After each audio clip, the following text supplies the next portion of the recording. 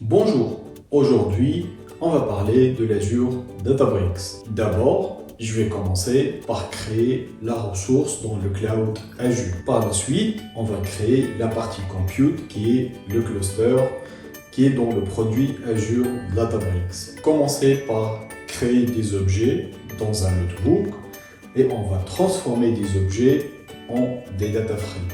On va manipuler les data frames entre eux. Restez avec moi dans cette vidéo pour découvrir en détail l'Azure Databricks. L'API Dataset offre les avantages de RDD, un typage fort, possibilité d'utiliser des fonctions lambda puissants, avec les avantages du moteur d'exécution optimisé de Spark SQL. Vous pouvez définir des objets datasets comme les GVM, puis les manipuler à l'aide des transformations fonctionnelles comme map, flat map, filter, etc. Donc similaire à un RDD, l'avantage est que contrairement à RDD, ces transformations sont désormais appliquées sur une collection de distributions structurées et fortement typée qui permet de Spark de tirer parti du moteur d'exécution du Spark SQL pour optimiser. Maintenant, je vais vous montrer comment créer un dataset dans Azure Databricks. Donc pour cela, on a besoin de créer un ressource groupe et dans la ressource groupe, on va créer Azure Databricks Service. Create, une ressource groupe.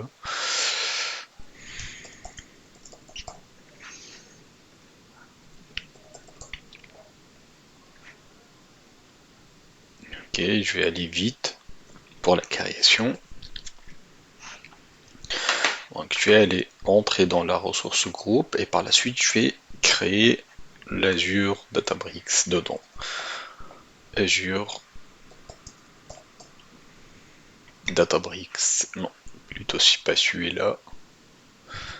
Create.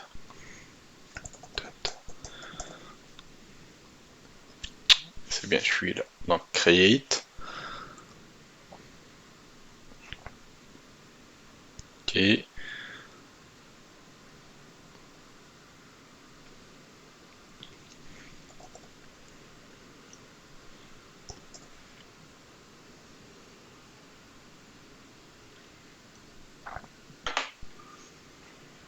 Next. Next. Next. Create. Je vais aller rentrer dans la ressource pour pouvoir créer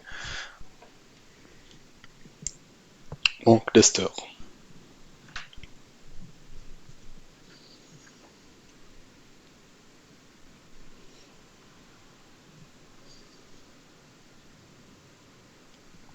Donc comme vous avez remarqué, ça c'est un autre espace qui est séparé d'Azure, mais qui est relié dans l'espace, dans le portail Azure. Donc par la suite, je vais aller dans Compute pour pouvoir créer mon cluster. Sinon, je peux vous montrer qu'est-ce qu'il y a dans Databricks. Dans le Workspace, c'est mon entrepôt de travail où est-ce que je vais créer mes notebooks.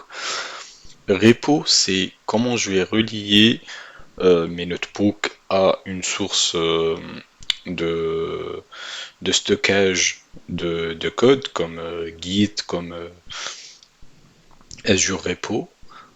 Ça c'est pour les notebooks que j'ai utilisés récemment. Search pour aller chercher spécifiquement en notebook. Data, si je devrais créer par exemple des tables en delta, ils sont stockés dans la partie data. Sinon, dans la partie compute, je peux créer mon cluster. Je vais l'appeler lab.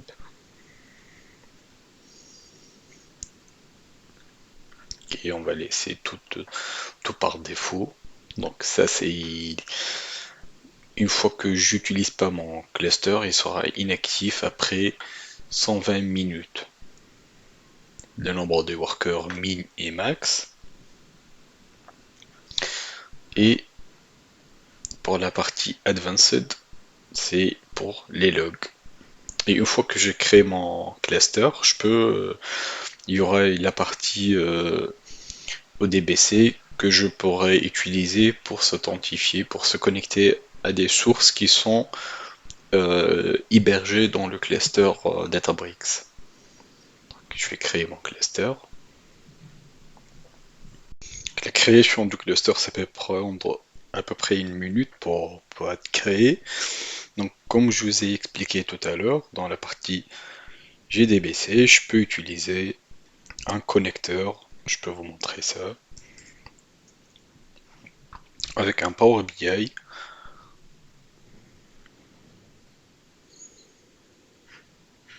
Je peux m'authentifier au serveur ou au cluster en utilisant le connecteur Azure Databricks propre de Power BI. Et comme ça, je peux toucher aux données qui sont dans le cluster.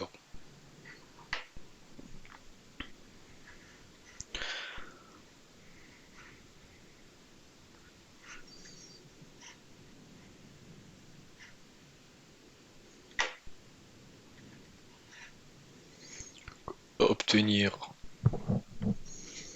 une source de données. Mais l'inconvénient, c'est que à partir de la version mai jusqu'à la version de juillet, le connecteur il a eu des soucis de proxy. Donc il y a eu une dégradation de service sur le connecteur. Si vous avez la version celle du juillet, ça va fonctionner pour vous. Et aussi la version qui est antérieure à la version de mai.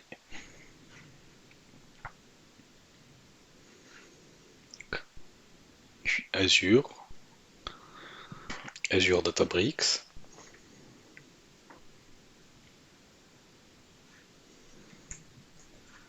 Et par la suite, dans le hostname, on va mettre ça. Et dans le server path, on va mettre celui-là. Ok. Là, vous avez les deux modes d'import ou en direct query. Ça dépend de votre use case. Donc là, je vais m'authentifier avec mon compte AD. Alors, c'est le même compte que j'utilise pour s'authentifier sur Azure Databricks.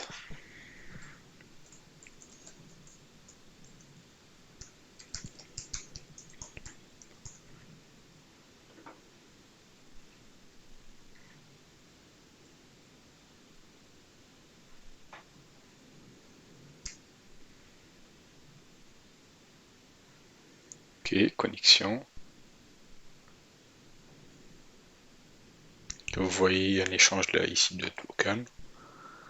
Donc dans le cluster, on trouve des bases de données. Donc si on crée une base de données Delta Lake, là on va le trouver ici, qui va être créé dans le Hive Metastore ou dans le sample. Là on a des exemples des bases de données. Donc là je peux les charger et je peux les transformer avant de les charger. Donc on va aller créer un workspace.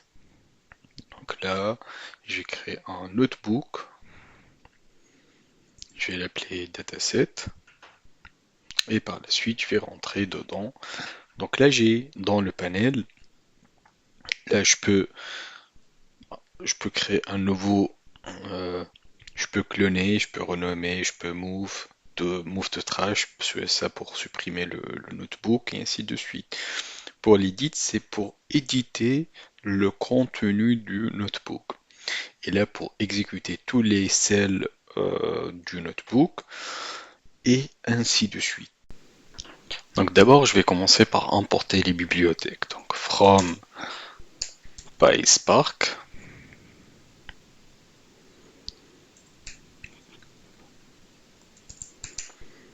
Spark.sql parce que j'ai besoin de la bibliothèque SQL. Import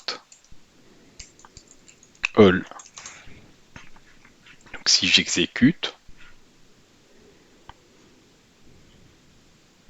ok, donc il y a aucune erreur par rapport à ça. Donc par la suite, je vais commencer à créer mes datasets. Par exemple, je vais créer le département 1. va contenir row. Par exemple, ID va prendre 1. Le name, il va prendre computer, par exemple, ID 1.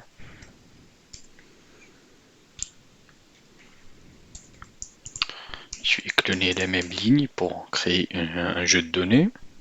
Département 1, département 2, département 3, 4, ID 1, 2, 3, 4. Si ils exécutent, alors j'ai mes datasets qui a été créé. Je vais créer d'autres, par exemple pour employé. Employé 1 va recevoir row 2, par exemple. First name. Last name. Et email. Donc par la suite, je vais instancier le même objet pour employé pour créer d'autres employés. On va recevoir employé avec la structure par exemple. Alors,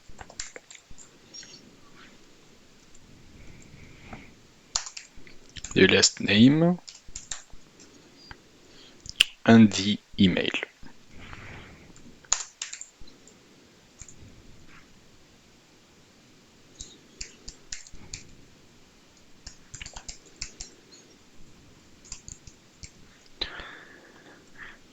Ok, on va instancier le même objet pour créer plusieurs employés. Employé 2, 3 et 4.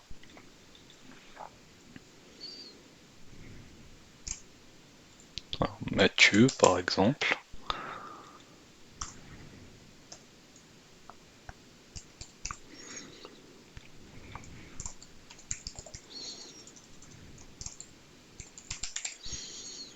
Ok, Alex. Et par exemple Alice. Par la suite, si je lance l'exécution, j'ai un syntaxe qui n'est pas valide parce que là je suis trompé, il faut mettre des virgules et pas des points-virgules. Ok.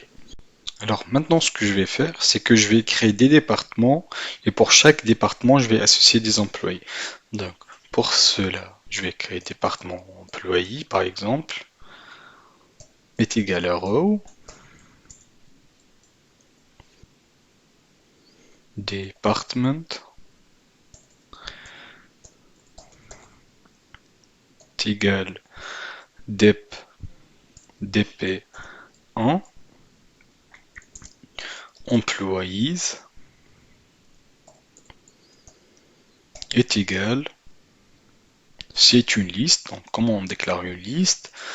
Bon, on envoie les brackets, on va mettre emp1, emp2 par exemple. Par la suite, je vais créer pareil.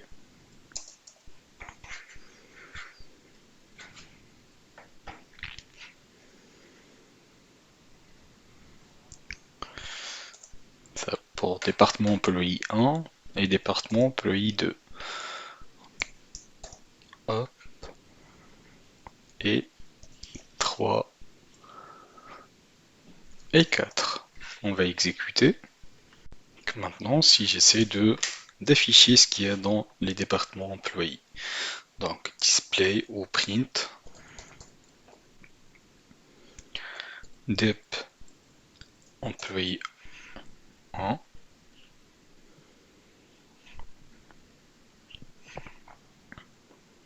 Donc voilà, j'ai les données qui sont associées dans l'objet. Donc maintenant, ce que je vais faire, c'est que je vais créer des data frames à partir des objets. Donc data frame 1 va contenir spark.create data frame. Par la suite, il faut que je mentionne quel data frame. Data frame 1. Et pareil, je vais créer un deuxième data frame 2. Plutôt là, je vais mettre dep employee à partir du dep employee. Donc là, j'ai mes data frames qui a été créé. Donc par la suite, je vais faire des opérations sur les data frames, sur les deux data frames que je viens de créer. Donc union, par exemple, union data frame va avoir data frame 1.union